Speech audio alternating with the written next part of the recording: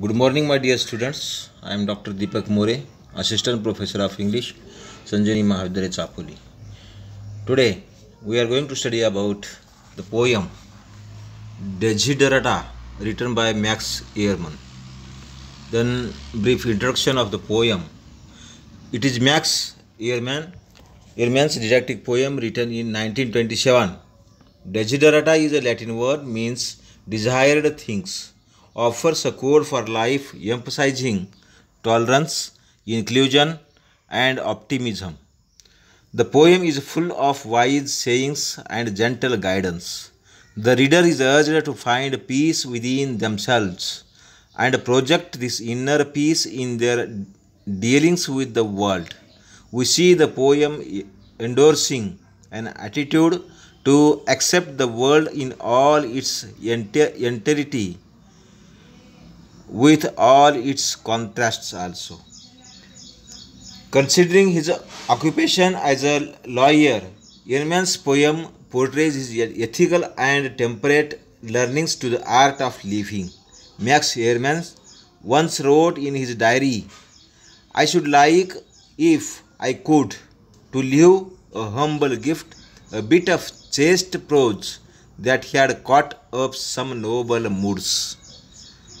That humble gift which he mused about in his diary because a timeless legacy. Desiderata.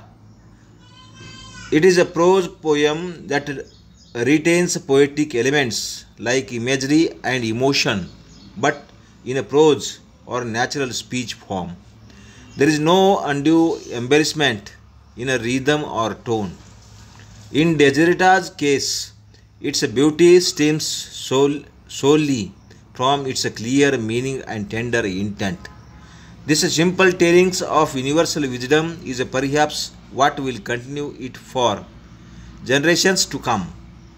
Desiderata earned Ehrmann his most fame posthumously. The poem was widely published in numerous formats in various languages. Stanza number first. In the context of stanza number first, the poet addresses that go placidly amid the noise and haste, and remember what peace there may be in silence. As far as possible, without surrender, be on good terms with all persons. Speak your truth quietly and clearly, and listen to others, even the dull and the ignorant, they to have their story. In the first stanza of the poem, the poet illustrates that, or the opening line of the poem, the poet tells us that, promises a realm of tranquility ahead. The world is loud and fast. It's easy to be overwhelmed by the scenery overload.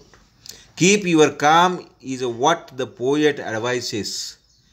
Interestingly, the poet asks us to remember this peace, implying that this is not a new experience.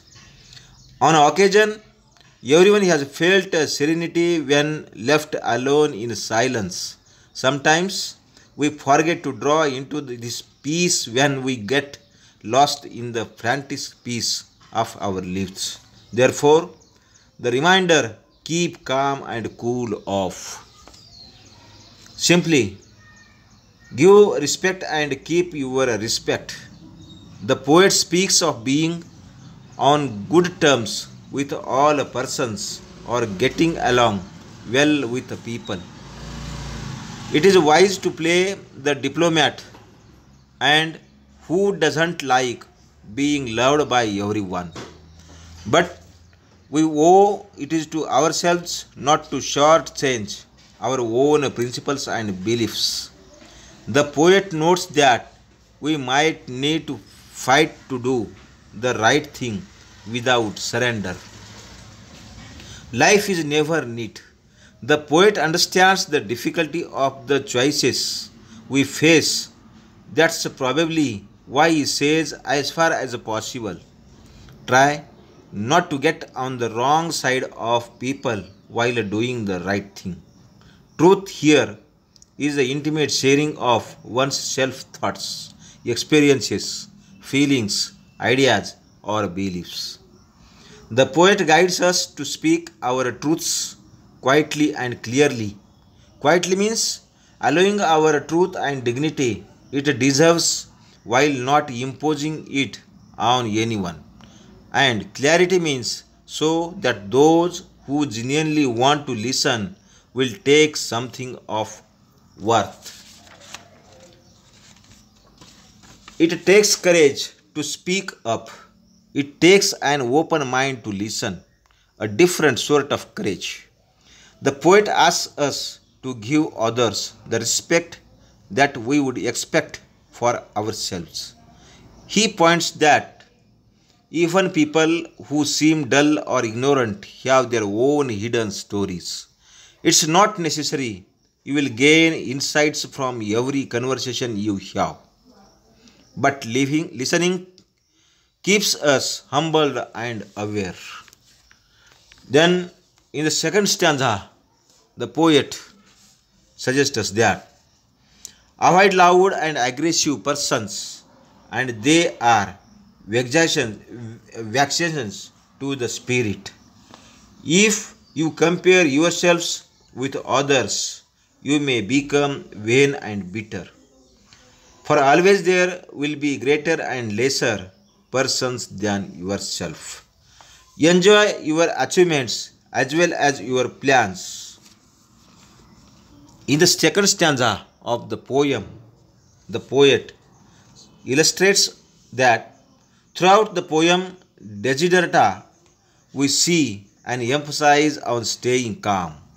The poet believes this to be vital in achieving peace. Loud and aggressive people can give our unhealthy vibes, stirring feels of stress and restlessness around them. They seek to dominate and become vexations to the spirit or distressing to the soul. You are the company you keep. The reactions these people provoke will simply disturb your equilibrium. Hence, the poet advises to best avoid such people if inner peace is the reader's goal. Be content with who you are. The poet advises not to evaluate our worth through comparisons with every other person. If you see yourself as a better, misplaced pride would make you arrogant. If you pursue yourself as inferior, chances are you will likely turn resentful and petty. Bottom line, stay true to yourself. You have to be your own biggest critic and your own biggest fan. Perhaps one of the most subtle ways anyone has said, don't rest on your lures. The poet tells us to allow ourselves credit where it is due. Enjoy your achievements. Savoring the fruits of one's labor makes the efforts worth it. Yet at the same time, he tells us to enjoy our plans. This is a gentle nod to go onward, plan ahead to move on to greater things. Don't just rest on past achievements. In the third stanza of the poem, the poet tells us that keep interested in your own career, however humble. It is a real possession in the changing fortune of time.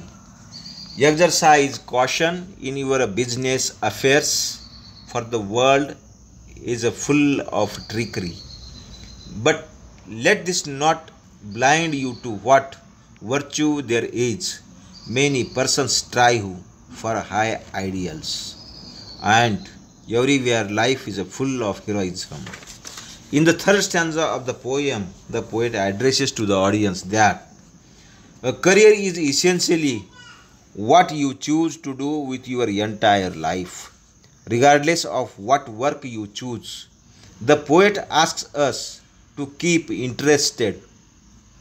Taking an active interest in your work ensures that your work remains interesting.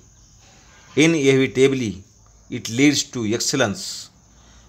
In the changing fortunes of time, one never knows what fate has in store. Excellence in what you do and finding joy in doing it become invaluable in good times or bad. This is a real possession or asset of real value. The poet's words are warning.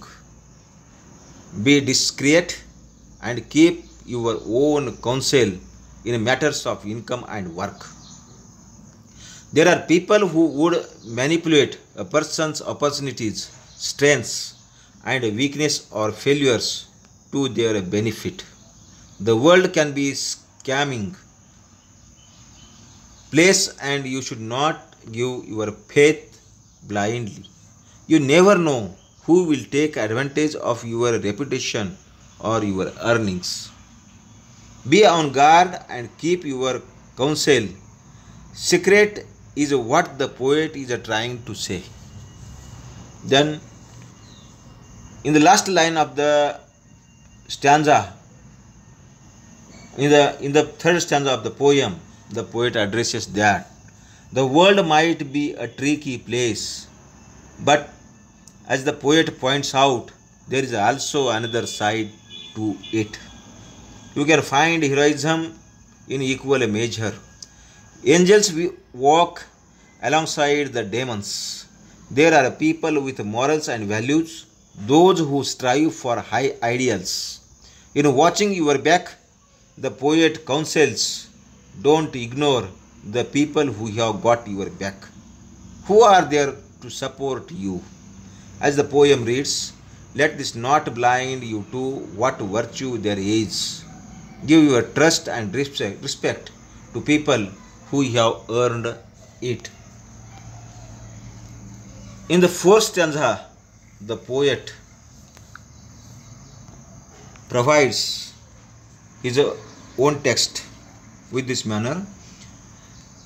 Be yourself, especially do not feign affection, neither be cynical about love, for in the face of all aridity and disenhancement, it is as perennial as the grass. In the fourth stanza of the poem, the poet addresses to the audience that be true to your heart. Be true. Disney has built an entire franchise on this concept, not to maintain how many other brands. Clinch this may be, it is still a challenge. Peer pressure, society's expectations, and the need for acceptance are realities that we constantly face. For peace in your heart, do not fake your feelings, do not feign affection.